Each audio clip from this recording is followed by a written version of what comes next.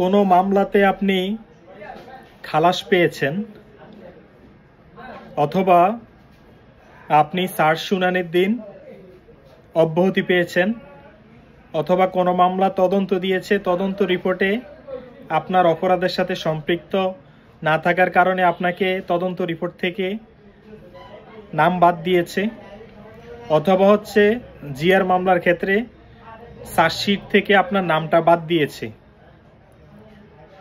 সেই সংক্রান্ত বিষয়ে যখন আপনার মামলাটা নিষ্পত্তি হয়ে গেছে, মানে আপনি অব্যাহতি পেয়েছেন বা আপনি খালাস পেয়েছেন, সে অবস্থাতে আপনি যেই মামলা থেকে খালাস পেয়েছেন অথবা যেই মামলা থেকে অব্যাহতি পেয়েছেন সেই মামলার নকলগুলা উঠিয়ে রাখবেন।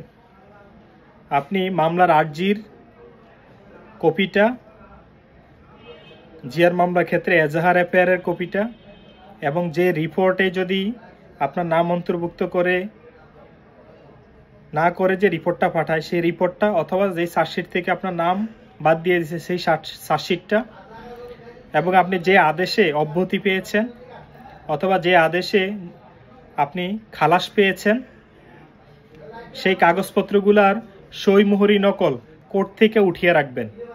ভবিষ্যতে এই কাগজপত্রগুলো আপনার খুব কাজে দিবে। আপনি যখন কোনো আইনি আবার জটিলতায় পড়বেন তখন হয়তো এই নকলগুলা পেতে আপনার অনেক কষ্টসাধ্য হবে, নথি খুঁজে বের করা, নকল নেওয়া অনেক কষ্টসাধ্য হবে। এই জন্য যখনই মামলাটা নিষ্পত্তি হবে, খালাস পাবেন বা অব্যাহতি পাবেন, তখনই সাথে সাথে নকল নিয়ে রাখবেন, আপনার খুব কাজে দিবে এটা। ঠিক আছে জি, আসসালামু আলাইকুম।